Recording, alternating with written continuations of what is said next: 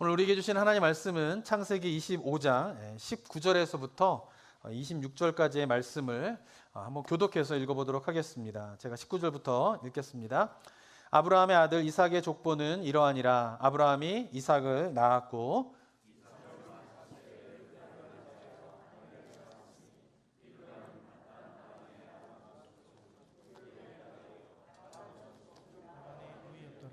이삭이 그의 아내가 임신하지 못함으로 그를 위하여 여호와께 간구하매 여호와께서 그의 간구를 들으셨으므로 그의 아내 리브가가 임신하였더니 그 아들들이 그의 태 속에서 서로 싸우는지라.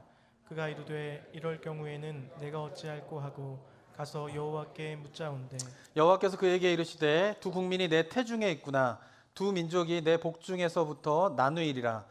이 족속이 저 족속보다 강하겠고 큰 자가 어른 자를 섬기리라 하셨더라. 그 해산 기한이 찬즉 태에 쌍둥이가 있었는데 먼저 나온 자는 붉고 전신이 토록 같아서 이름을 에서라 하였고 후에 나온 아우는 손으로 에서의 발꿈치를 잡았으므로 그 이름을 야곱이라 하였으며 리브가가 그들을 낳을 때에 이삭이 60세였더라. 아멘. 지난주는 우리 아브라함의 아들 이삭의 이야기를 나누면서요, 창세기 26장을 다루었습니다. 근데 이제 이삭의 아들 이제 야곱의 이야기를 오늘부터 다루게 될 건데요. 야곱의 이야기는 또 25장부터 시작을 하고 있어요. 그래서 25장과 26장을 이렇게 좀 스위치해서 오늘 이제 설교를 하게 되었는데요. 이 야곱의 이야기는요, 아브라함만큼이나 창세기에서 굉장히 중요한 그런 인물이라고 볼 수가 있습니다. 25장부터 시작되는 이 야곱의 이야기는요, 결국 창세기 마지막에는 야곱의 12아들의 이야기로 이제 마무리가 되게 됩니다. 그러니까 창세기가 총 50장이 있는데 그 가운데에 25장에서부터 50장에 이르는 절반에 해당되는 분량을 누구의 이야기로 다루고 있냐면은 바로 야곱의 이야기로 다루고 있는 것이죠. 그러니까 창세기에서는 전반부는 아브라함이 중심이었다라고 하면 후반부는 야곱이 중심이 되어서 이야기가 이제 펼쳐지게 되게 됩니다. 그리고 이제 오늘 읽은 본문은 바로 그 야곱의 탄생의 이야기를 오늘 본문에서 이야기를 하고 있습니다. 먼저 20절을 한번 보시면요, 이삭의 아내 리브가가 밧단 아람 출신이라고 20절에 보면은 되어 있습니다. 여기서 20절에 보면은 이제 밧단 아람이라고 되어 있죠. 리브가는 밧단 아람의 아람 족속 중 이렇게 돼 있죠. 근데 이 밧단 아람이라고 하는 것은 우리가 24장에서 살펴보았던 이제 나홀의 성, 아브라함의 종이 나홀의 성에 갔다 이렇게 돼 있죠. 거기서 나홀의 성이라고 이렇게 돼 있고 이제 25장 20절에서는 밧단 아람이라고 되는데 똑같은 곳입니다. 그리고 이것이 아브라함이 이제 11장 12장에서는 하란에서 떠나게 되는 그것이죠. 그러니까 하란, 나홀의 성, 밧단 아람이 다 똑같은 곳이에요. 근데 이제 지명을 좀 다르게 장마다 좀 이야기해서 헷갈릴 수 있는데 어쨌든 이제 아브라함의 종이 밧단 아람, 나홀의 성 하란에 가서 리브가를 데려다가 이삭과 이제 결혼을 하게 됩니다. 근데 40세에 이제 이삭이 결혼을 하게 되는데 이 이삭은 아버지 아브라함과 같이 자식을 오랫동안 또 낳지 못하게 되었어요. 그래서 이삭은 어떻게 되냐면 하나님께 간구하게 됩니다. 그리고 하나님께서 그 간구에 응답을 하셔가지고 리브가가 이제 임신을 하게 되는데 하나가 아니라 이제 둘을 임신하게 되게 되는 거죠. 근데 거기서 이제 이 어머니의 뱃속에서부터 이 쌍둥이 둘의 관계가 이제 심상치 않은 관계가 이제 뱃속에서부터 나타나기 시작합니다. 22절, 23절 한번 볼까요? 22절 한번 읽어보도록 하겠습니다. 22절 한번 읽어볼까요? 잠시만요. 네. 22절 읽겠습니다. 시작. 그 아들들이 그의 태 속에서 서로 싸우는지라. 그가 이르되 이럴 경우에는 내가 어찌할꼬 가서 여호와께 묻자온대. 23절도 읽겠습니다. 시작. 여호와께서 그에게 이르시되 두 국민이 내 태중에 있구나. 두 민족이 내 복중에서부터 나누이리라. 이 족속이 저 족속보다 강하겠고 큰 자가 어린 자를 섬기리라 하셨더라. 네, 이 쌍둥이가 뱃속에서부터 이제 싸우는 거예요. 그래서 싸우는 그 뱃속에 싸우는 거를 어머니가 이제 리브가가 느끼고는 하나님께 기도합니다. 이럴 때 어떻게 해야 됩니까, 하나님? 그러자 하나님께서 굉장히 중요한 말씀을 하시는데 그것은 뭐냐면은 두 아이로 인해서 두 민족이 생겨나게 될 것이다라고 이야기를 하는 것이죠. 그러니까 아이들로 인해서 이제 두 민족으로 갈라지게 될 것이다. 근데 한 민족은 강하고 한 민족은 약할 것이다. 그리고 이제 약한 민족이 강한 민족을 섬기게 되겠죠. 그런데 어떻게 되냐면 큰 자가 작은 자를, 어린 자를 섬기게 될 것이다라고 이야기를 하고 있는 것입니다. 그 말은 무슨 말이냐면 이제 아이가 태어나게 되면 이제 첫째가 에서이고 둘째가 야곱인데 어떻게 됩니까? 에서가 이제 야곱을 섬기게 될 것이다라고 하나님께서 이 아이들의 미래에 대해서 이제 이야기를 하시는 것입니다. 자, 이처럼 이제 하나님께서 이 아이들이 어떻게 될 것이다라고 하는 미래에 대한 이야기를 딱 하게 되면은 이 말씀을 딱 들으면 연상되어지는 질문이 하나가 있어요. 그것은 뭐냐면은 야곱과 에서의 운명은 태어날 때부터 정해진 것인가? 그러니까 에서는 태어날 때부터 야곱을 섬기기로 정해진 운명으로 태어난 것인가? 라고 하는 질문이 이제 생기게 되게 됩니다. 자, 이와 관련되어서 우리가 생각해 봐야 될 먼저 첫 번째 기독교 교리가 있는데요. 그것은 뭐냐 하면은 하나님의 섭리라고 하는 교리를 우리가 한번 생각해 봐야 합니다. 섭리라고 하는 것은 영어로는 providence인데 이것은 어떤 뜻이냐면은 세상의 모든 것이 하나님의 뜻대로 이루어진다라고 하는 교리예요. 근데 이 교리가 나오게 된 것은 뭐냐 하면은 성경의 여러 군데에서 모든 것이 하나님의 뜻대로 이루어진다라고 하는 성경의 구절들이 많이 있기 때문에 그렇습니다. 먼저 로마서 11장 36절을 한번 보면요. 한번 읽어볼까요? 로마서 11장 36절을 읽겠습니다. 시작. 이는 만물이 주에게서 나오고 주로 말미암고 주에게로 돌아감이라.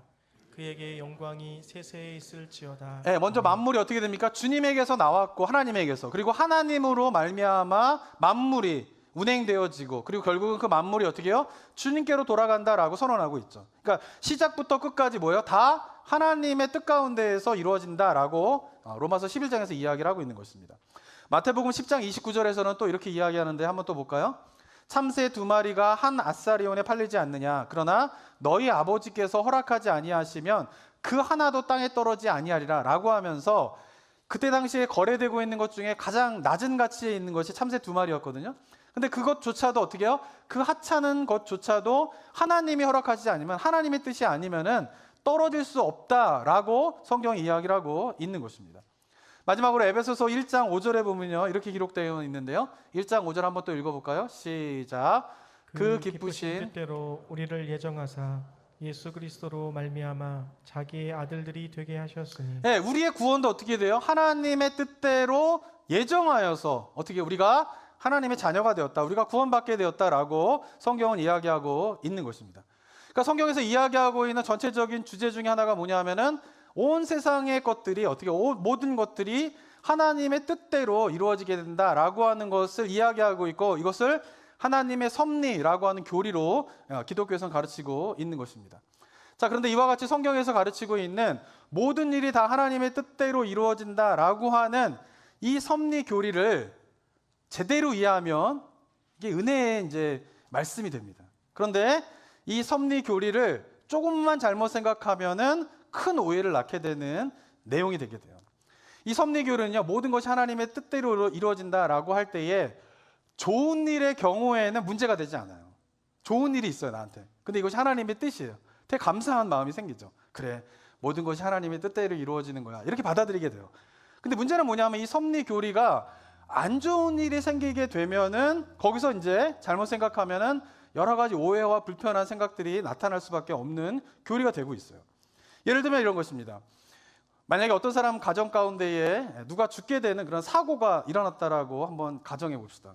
그러면은 많은 교인들이 그렇게 가족을 잃은 사고를 당한 분들에게 가가지고 위로하는 말로 하는 말이 있어요.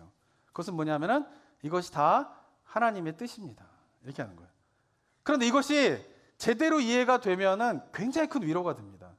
그런데 이것이 잘못 생각되어지면은 굉장히 어떻게 돼요? 마음 상하는 일이 돼요. 상처를 받게 되는 일이에요. 그래서 교회의 성도님들에게 종종 실수하는 이야기들이 제가 들리게 될 때에 받은 상처 중에 하나가 뭐냐면요, 자기 가족이 죽어가지고 사고를 당해서 죽어서 너무 아픈데 와가지고 이것이 하나님의 뜻입니다 라고 하는 게 너무 상처가 된다는 거예요. 그런데 그 상처가 되는 이유가 뭐냐 하면은, 그 말을 하시는 이유는 무엇 때문이냐면은 하나님의 섭리 교리 때문에 이야기를 하는 거예요. 왜? 섭리 교리는 뭐예요? 모든 것이 하나님의 뜻대로 이루어진다라고 하는 것이잖아요. 그러니까 그래서 이것도 하나님의 뜻입니다라고 말한 건데, 들으시는 입장에서는 이것을 어떻게 해요? 잘못 생각하게 되면은 상처가 되는 거예요. 어떻게 생각하면은 상처가 되게 되냐면은, 그러면 우리 가족이 죽게 된 이 사고가 일어난 것이 하나님의 뜻이야? 네. 이 사고가 일어나게 된 것이 하나님이 원하시는 것이었어? 라고 생각을 하게 되면은 어떻게 돼요? 상처가 되는 거예요.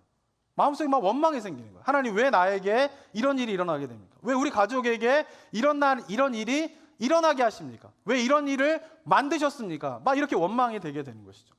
그러니까 하나님의 섭리교리, 모든 것이 하나님의 뜻대로 이루어진다라고 하는 것이 잘못된 일, 악한 일을 경우에 만약에 그것이 그 일이 일어난 것도 하나님의 뜻이다 라고 생각을 하게 되면, 이해하게 되면은 이게 굉장히 불편하게 되는 것이에요.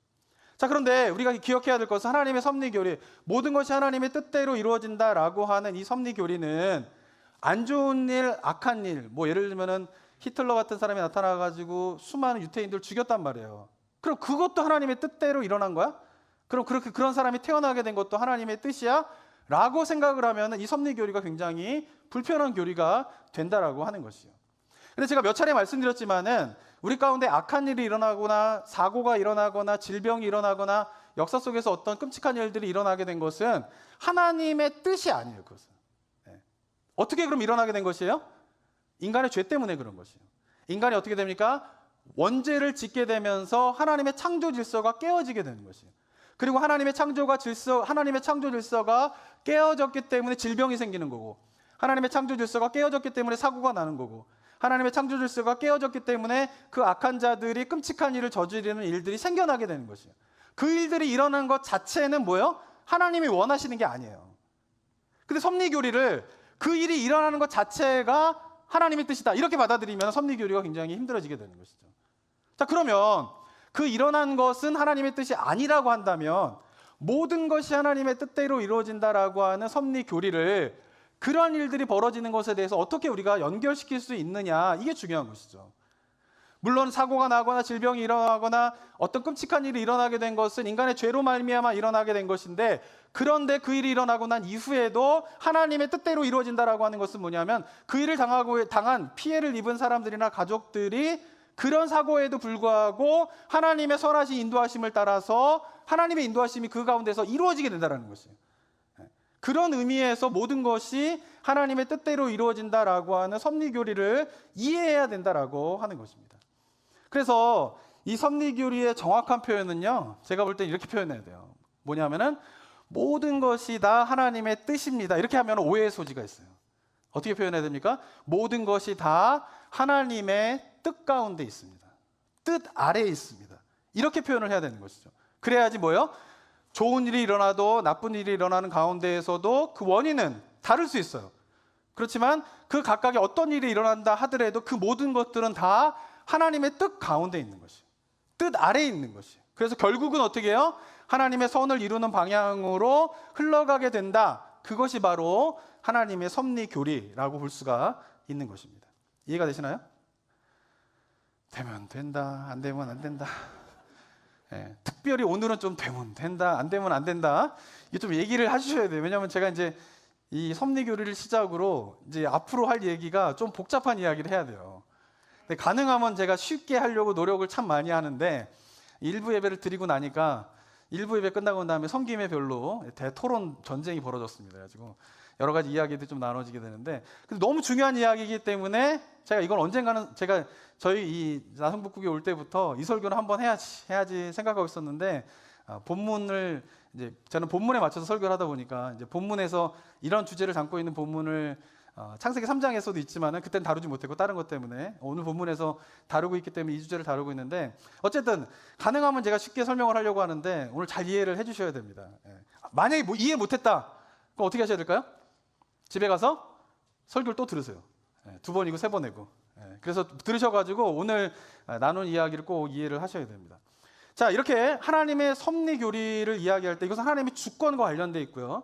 그러면서 또 하나 연결되어서 생각해 봐야 할 건 뭐냐 하면은 하나님의 예지교리에 대해서 한번 생각해야 돼요. 예지는 뭐냐 하면은 미리 아심이에요. 성경 하나님에 대해서 어떻게 이야기하고 있습니까? 전능한 분이다라고 이야기를 하고 있어요. 그것은 뭐냐 하면 하나님은 전지 다 하신다라는 거예요. 전능, 모든 것을 행하실 수 있는 분이라는 것이에요. 그런데 하나님이 전지하다, 모든 것을 다 하신다라고 하는 것은 뭐예요? 미래에 일어날 일도 안다라고 하는 것이에요. 그것이 예지죠. 미리 아는 거예요. 그죠? 오늘 본문도 마찬가지죠. 에서와 야곱의 뱃속에 있는데 예지하시는 거잖아요. 미리 아시는 거예요. 어떻게 하시는 거예요? 이 아이들이 태어날 건데 태어난 미래에 대한 이야기를 하는데 어떻게 해요? 두 민족이 될 것이다. 두 민족으로 갈라지게 될 것이다. 그런데 큰 자가 어린 자를 섬기게 될 것이다. 다시 바꿔 말하면 에서가 야곱을 섬기게 될 것이다 라고 하는 미래에 일어날 일에 대한 것을 예지하시는 말씀이다 라고 하는 것이요. 자, 그런데 이 예지는 하나님의 섭리와 관련되어 있는데 예지와 섭리를 이렇게 연관시켜지면서 이런 이야기가 딱 나오면은 아까도 말씀드렸지만 드는 질문이 있는 거예요. 그러면 야곱과 에서의 운명이 정해져 있는가? 이 질문이 나오는 거죠. 이것도 마찬가지로 좋은 일일 때에는 문제가 되지 않아요. 야곱의 입장에서는 이 이야기가 불편하지 않아요. 만약에 하나님께서 미래에 일어날 일을 얘기한 것은 야곱은 강한 자가 될 것이다 라는 하나님의 정하심이 있다, 예정이 있었다 라고 하면 불편하지 않아요, 야곱은. 근데 불편한 사람은 누굴까요? 에서가 불편해지게 되는 거죠. 에서는 태어날 때부터 그런 운명을 가지고 태어나는 거예요. 동생을 섬길 운명을 가지고 태어난 것이요. 그럼 에서 입장에서는 이것이 얼마나 불공평합니까? 그러니까 앞으로 동생에게 에서가 야곱을 섬기게 될 것이다 라고 하는 이 예지의 말씀이 딱 나오면은 불편하게 생각하는 입장이 나올 수밖에 없다라고 하는 것이에요. 그런데 그동안에 이제 한국교회 성도님들은 대부분 성경을 볼 때 어떻게 성경을 보냐 하면은 주인공 중심으로 봐요. 그러니까 누가 주인공이에요? 창세기에서는 야곱이 주인공이에요. 그러니까 야곱의 입장으로 보게 되면은 이 교리가 별로 불편하지 않아요. 근데 요즘에는 이제 생각들이 많이 달라지죠. 어떤 사고들이 생기냐면 약자의 입장에서 많이 생각들을 해요. 사회적으로도 그러고 뭐 문학도 그러고, 그러면서 성경을 보는 관점들도 그리스도인들 가운데에도 옛날에는 주인공 중심으로 보던 성도님들이 많았는데 요즘에는 어떻게 되면 그럼 에서는 뭐야? 에서의 입장에서 한번 생각해 보게 되는 거예요. 그럼 에서의 입장에서 생각해 보면은 태어날 때부터 형이 동생을 섬기기를 운명을 가지고 태어났다라고 하는 것을 하나님의 예정과 예지로 이해를 하고 보면 이게 불편한 것이죠. 에서 입장에서 뭐예요? 억울하잖아요. 나는 태어날 때부터 동생을 섬길 운명으로 태어났어? 그럼 내 인생은 뭐야? 그 인생을 어떻게 하란 말이야? 이러한 뭐예요? 마음들이 생기게 되면서 이 예지와 예정의 교리가 계속 거부감이 생기는 거예요. 자, 그런데 우리가 한번 생각해 봐야 할 것은 뭐냐면은 하나님께서 미리 아신다라고 하는 이 예지는요, 두 가지 경우가 있어요. 뭐냐면은 야곱과 에서가 야곱을 섬기기로 태어날 때부터 정해져서 그 사실을 하나님께서 아시고 말씀하시는 경우. 또 하나는 뭐냐면은 그렇지 않은데 결과론적으로 에서가 야곱을 섬기게 되는 일이 일어났기 때문에 하나님께서 미리 그것을 아시고 이야기한 경우, 이렇게 되는 거예요. 어렵죠? 네, 그럼 쉽게 설명을 드리겠습니다. 저는 누구죠? 목사입니다. 목사. 네, 그죠? 전 지금 목사예요. 그럼 제가 태어날 때 하나님께서 제가 목사가 될 거를 아셨을까요? 안 아셨을까요? 오늘 좀 교감이 있어야 돼요. 교감이 좀. 아니면 제가 지금 막 열심히 떠드는데 이해를 했는지 안 했는지 모르고 이제 이거 이해를 해야 되고 이걸 받아들여야 돼요. 이걸 잘 설명. 제가 목사가 됐잖아요, 지금 저는. 그럼 제가 태어날 때 하나님께서 제가 목사가 될 걸 아셨을까요? 모르셨을까요? 아셨죠. 하나님 다 아시는 분인데. 자, 그런데 제가 태어날 때에 제가 목사가 될 걸 하나님이 아셨다라고 하는 건 두 가지 경우가 있는 거예요. 첫 번째는 뭐예요? 저는 태어날 때부터 목사가 될 운명을 가지고 태어난 거예요. 그러니까 하나님께서 할렐루야. 네. 네. 그래서 뭐 예정하셔가지고 나를 목사로 태어날 때부터 정하셔가지고 제가 태어나서 목사가 될 걸 하나님께서 아시는 거예요. 이게 첫 번째 경우죠. 두 번째 경우는 뭐예요? 저는 목사로 태어날 때에 목사로 저를 부르신 건 아니에요. 그죠? 근데 제가 살다 보니까 하나님을 알게 되고 은혜를 경험하게 되고 인도하심이 있게 되고 저도 헌신하게 되고 그러면서 목사가 되는 거예요. 근데 그걸 언제부터 아시는 거예요? 제가 태어날 때부터 알게 되는 거예요. 이해가 되시나요? 되면 된다, 안 되면 안 돼.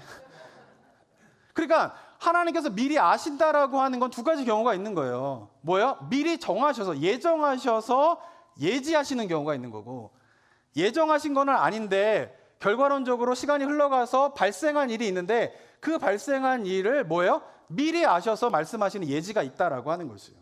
이해가 되시나요? 여기까지 되시나요? 근데 자, 그래서 하나님의 미리 아심, 예지라고 하는 것은 이 예정과 관련되어서 예지와 예정을 같은 거로 보느냐, 예지와 예정을 다른 것으로 보느냐에 기독교의 큰 흐름이 있어요. 그것이 뭐냐면은 예지와 예정을 같은 거로 보는 주의가 뭐냐면 칼빈주의인 거예요. 그 다음에 예지와 예정을 다른 흐름으로 보고 있는 것이 알미니안주의인 것이에요. 그러니까 칼빈주의는 뭐냐면은 하나님께서 예정하셨기, 저는 목사로 태어나기로 정하셨기 때문에 저는 목사가 되는 걸 미리 말씀하시는 거예요. 근데 알미니안주의는 뭐냐면 그렇지 않다. 모든 사람의 운명들이 이렇게 정해져 있느냐. 그렇지 않다라는 거예요. 그러면서 인생을 살다가 어떤 일이 벌어진 것에 대해서 하나님께서 미리 아셨기 때문에 그것을 예지하신 것이다 라고 하는 큰 두 흐름이 있는 것이죠. 우리 성도님들은 어느 쪽이 맞다고 생각하십니까? 저희 교회는 어느 교단이죠? 장로교단이면은 뭐가 맞아야 돼요? 칼빈주의가 맞다라고 얘기를 해야 되겠죠. 그렇지만 저도 그런 줄 알았어요. 근데 성경을 가만히 보면은 둘 다 맞아요. 왜냐하면은 성경엔 둘 다 이야기를 하고 있어요. 어떤 경우는 하나님께서 예정하셔서 미리 말씀하시는 경우가 있어요. 근데 또 어떤 경우는 뭐냐면 미리 예정하신 건 아닌데 벌어지는 일들에 대해서 하나님께서 미리 예지하여서 말씀하시는 경우가 있어요.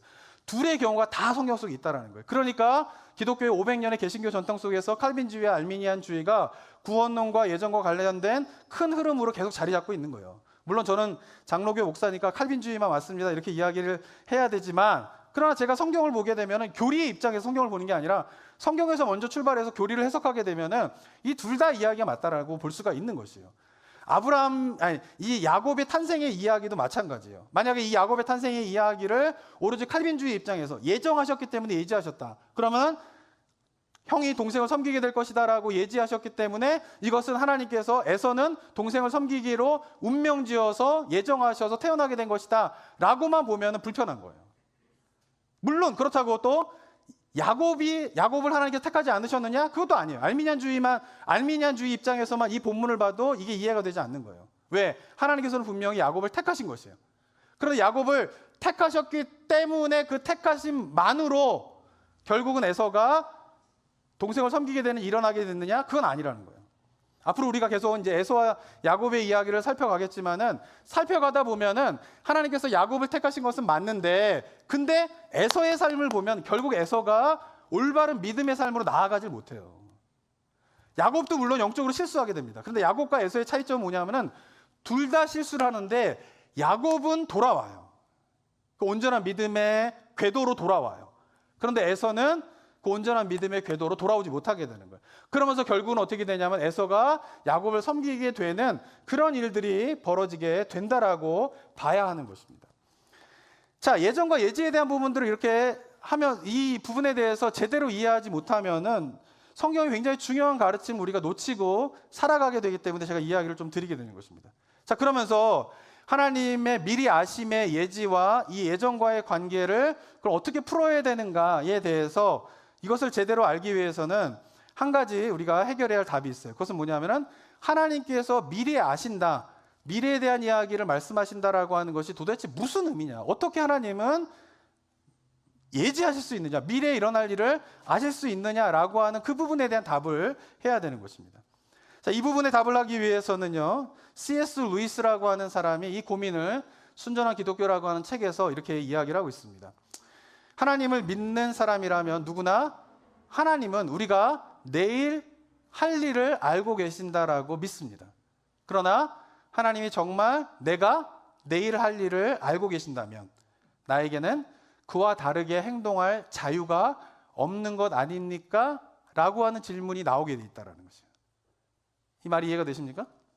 그러니까 하나님께서 예지하신다라고 하면 에서가 야곱을 섬길 거게 될 것이다 라고 그렇게 하신다라고 하면은, 그러면 에서는 어차피 그런 운명으로 태어나게 되기 때문에 그것을 다르게 행동할 자유가 없게 되는 것입니까? 라고 하는 그 질문이 순전한 기독교에서 C.S. 루이스도 동일하게 이야기를 하고 있는 것이에요. 그러면서 하나님의 예지하심은 잘못하면은 우리의 운명이 지워지는 운명론이 될 수 있어요. 하나님의 예정은 잘못하면은 우리의 운명이 태어날 때부터 무엇인가 정해진 운명론으로 빠질 수 있다라고 하는 것이에요. 근데 성경 전체 속에서 운명론은 결코 뭐예요? 하나님의 예정이 될 수 없어요. 그런데 왜 그런 생각이 일어나게 되느냐? 그 문제를 C.S. 루이스는 어떻게 풀게 되냐면 바로 시간의 개념으로 풀게 돼요. 그것은 뭐냐면은 우리의 시간과 하나님의 시간이 다르다라는 거예요. 우리의 시간은 어떻습니까? 과거, 현재, 미래로 돼 있어요. 여기서 벗어날 수 없어요. 근데 만약에 하나님의 시간도 과거, 현재, 미래의 시간 속에만 하나님이 계시다. 그러면 과거의 시점에서 미래에 일어날 일을 미리 예지하신다라고 하면 그것은 운명론으로 빠질 수밖에 없는 거예요. 그죠? 그런데 C.S. 루이스는 이야기하는 게 뭐냐면은 우리의 시간은 과거, 현재, 미래의 순서를 벗어날 수 없지만 하나님의 시간으로 이걸 가게 되면은 이 모든 건 다 현재라는 거예요. 우리의 과거도 하나님에게 현재이고요.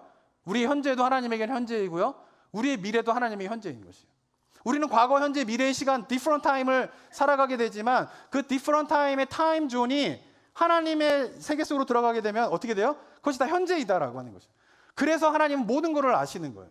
그리고 그렇기 때문에 과거에서 미래에 일어날 일을 이야기하는데 그것이 정해진 운명을 이야기하는 것이 아니다라고 이야기를 하고 있는 것이죠. 이것이 왜 중요하냐면요.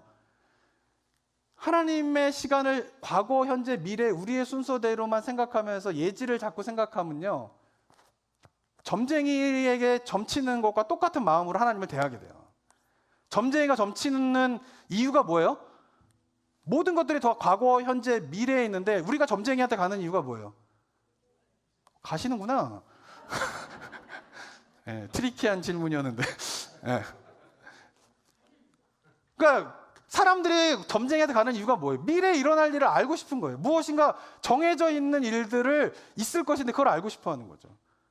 근데 하나님에게도 똑같이 그런 걸 해요.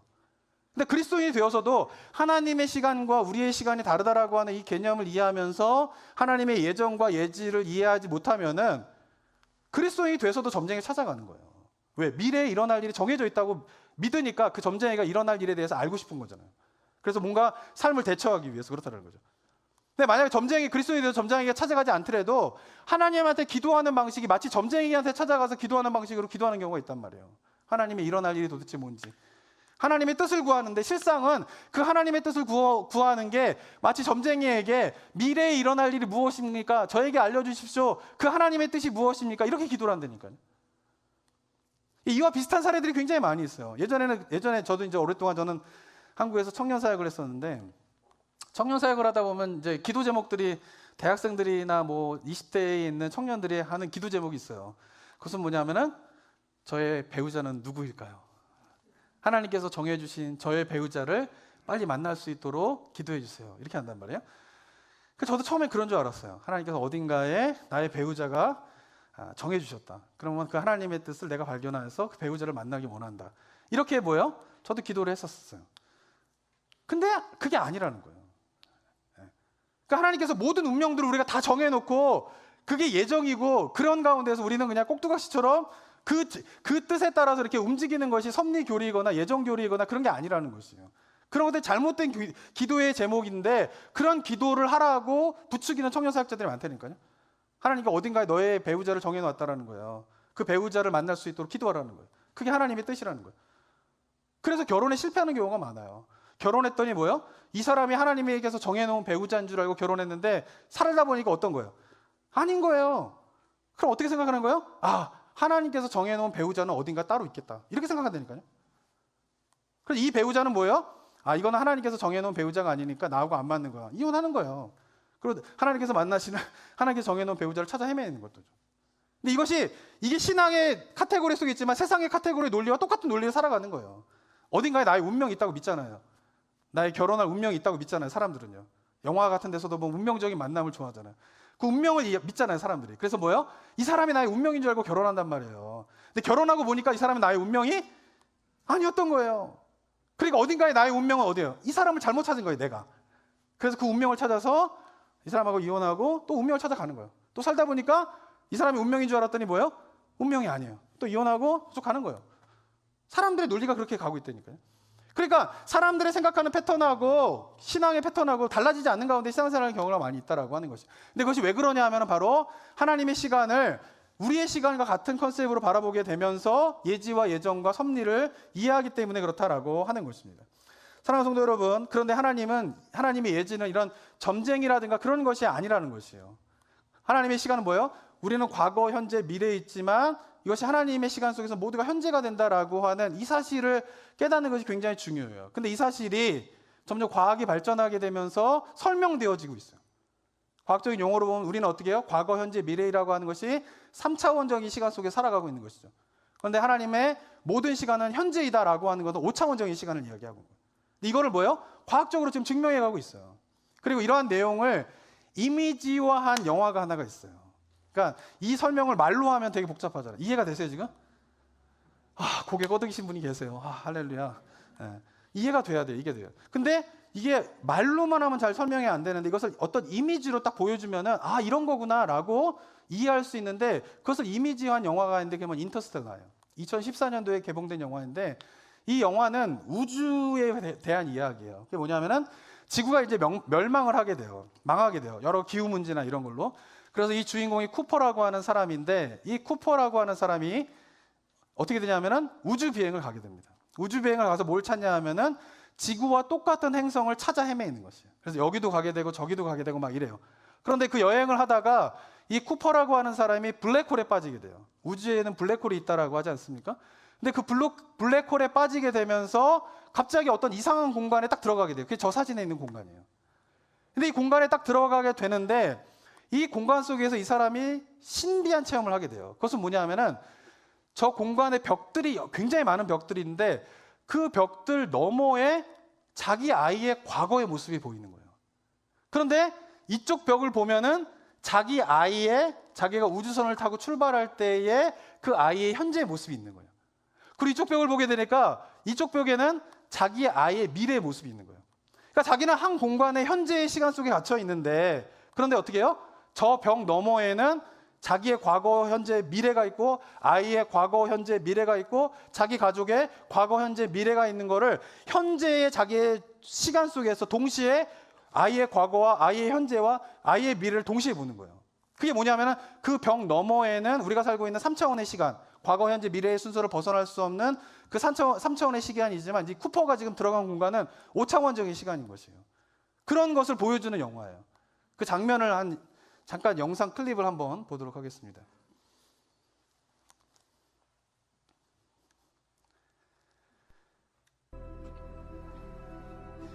이게 지금 쿠퍼의 딸의 현재 모습인 거예요.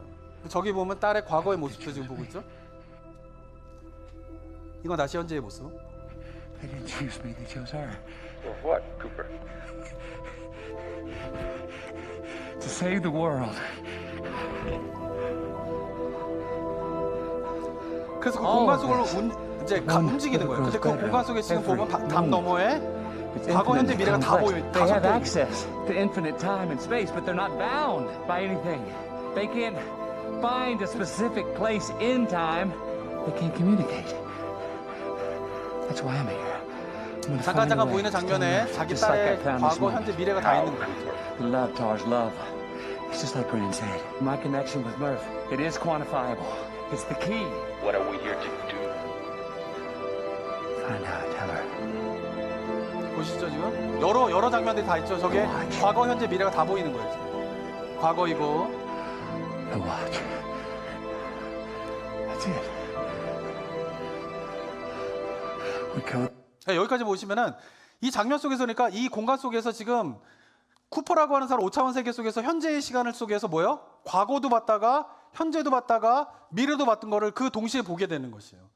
근데 저는 이 영화를 2014년도 극장에서 보면서 깜짝 놀랐어요.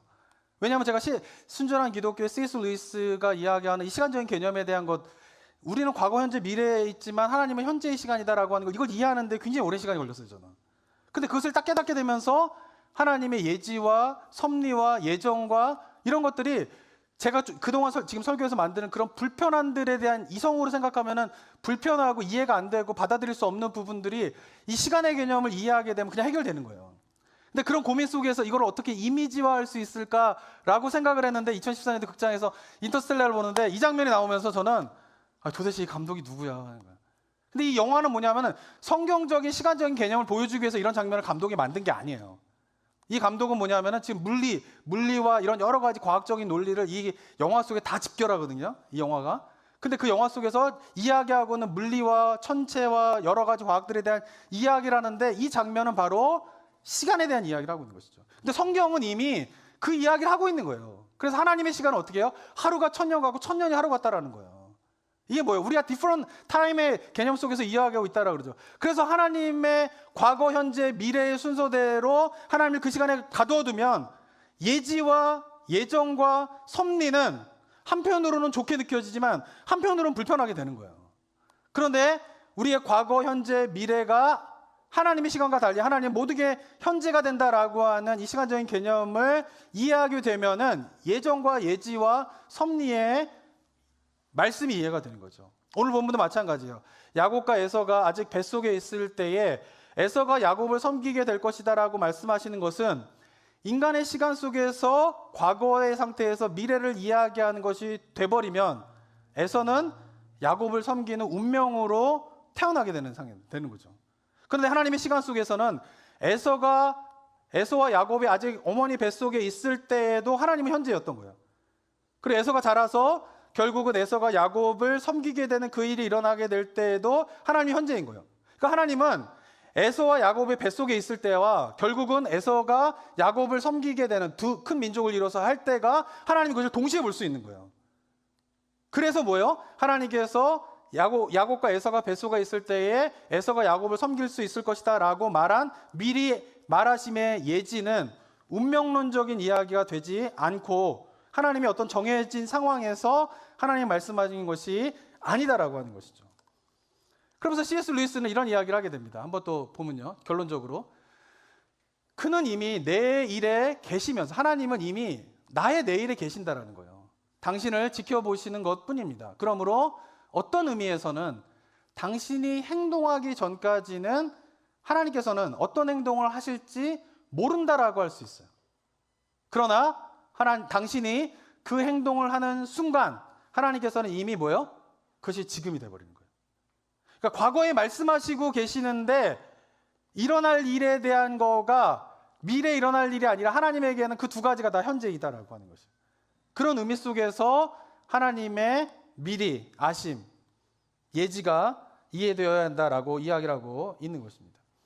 이 말씀이 중요한 이유는 무엇 때문이냐면요. 우리는 하나님의 예지와 예정과 섭리의 교리를 이해하게 되면요. 이것이 굉장히 우리 삶 속에서 되게 파워풀한 깨달음이 되게 돼요. 그런데 우리의 이성과 생각들 속에서 그것을 자꾸 제한하게 되면서 하나님의 섭리와 하나님의 예정과 예지가 우리 삶 속에서 깊이 들어와서 우리 삶을 움직이지 못해요. 왜냐하면 우리 생각과 불편한 것들이 자꾸 그것을 막아버리는 거예요. 때때로는 어떤 이런 질문을 많이 하게 됩니다. 아담이 선악과를 먹을 것을 하나님은 아셨을 텐데 왜 선악과를 만드셨냐라고 물어봐요. 아담이 선악과를 먹을 것을 아셨다면 아담을 막으셨어야 될 거 아니에요. 미리 태어날 때부터 창조할 때부터. 근데 왜 그 일을 하지 않으셨습니까? 하나님은 불의한 하나님 아닙니까? 라고 이야기를 한다는 거예요. 이 질문이 나온 이유가 무엇 때문이에요? 말씀드린 것처럼 과거, 현재, 미래의 시간 속에서 하나님이 아담이 선악과를 따먹을 것을 아셨다 라고 말하면 하나님은 불의한 하나님이 돼버리는 거예요. 왜? 그걸 막지 않으셨으니까. 그리고 선악과를 만드셨으니까. 그런데 아담은 창조될 때부터 선악과를 먹을 운명을 가지고 태어난 게 아니에요. 그 시간 타임 존에 보면 그렇게 볼 수밖에 없지만 하나님께서 어떻게 해요? 아담을 창조하실 때부터 선악과를 따먹을 것이라고 아셨지만 그러나 아담이 창조될 때부터 선악과를 따먹을 운명을 가지고 태어난 것은 아니라는 것이에요. 아담이 창조될 때의 순간도 하나님에게는 현재이고 아담이 창조함을 받아서 에덴 동산에 생활하는 가운데에서 선악과를 따먹을 때에도 현재였던 것이에요. 그래서 하나님은 어떻게 해요? 아담이 창조될 때에 아담이 선악과를 따먹을 거를 그때 이미 아시는 거예요. 근데 그것은 아담이 그런 운명을 가지고 그런 길로 갈 수밖에 없는 상황을 하나님께서 만드셨기 때문에 미리 하신 것이 아니라 하나님은 아담이 선악과를 따먹지 안 따먹을지 창조하실 때는 모르실 수 있는 거예요. C.S. 루이스가 그렇게 이야기하는 거예요. 그런데 선악과를 아담이 따먹는 순간 어떻게 해요? 그것이 또한 하나님에게 현재이면서 그러면서 하나님이 아담을 창조하실 때에 선악과를 아담이 따먹을 것을 이미 아시게 되는 것이죠. 이게 이해가 돼야 되는데 이해가 안 되시면은 숙제입니다. 숙제. 이게 이해가 돼야 돼요. 그래서 제가 언젠가 4년 동안 배워온 설교예요. 언젠간 한번 해야 되는데 이거를 과연 언제 할까? 예정론도 마찬가지예요. 하나님께서는 우리가 태어나실 때에 우리가 구원받게 될지 안 받게 될지를 아셨을까요? 모르셨을까요?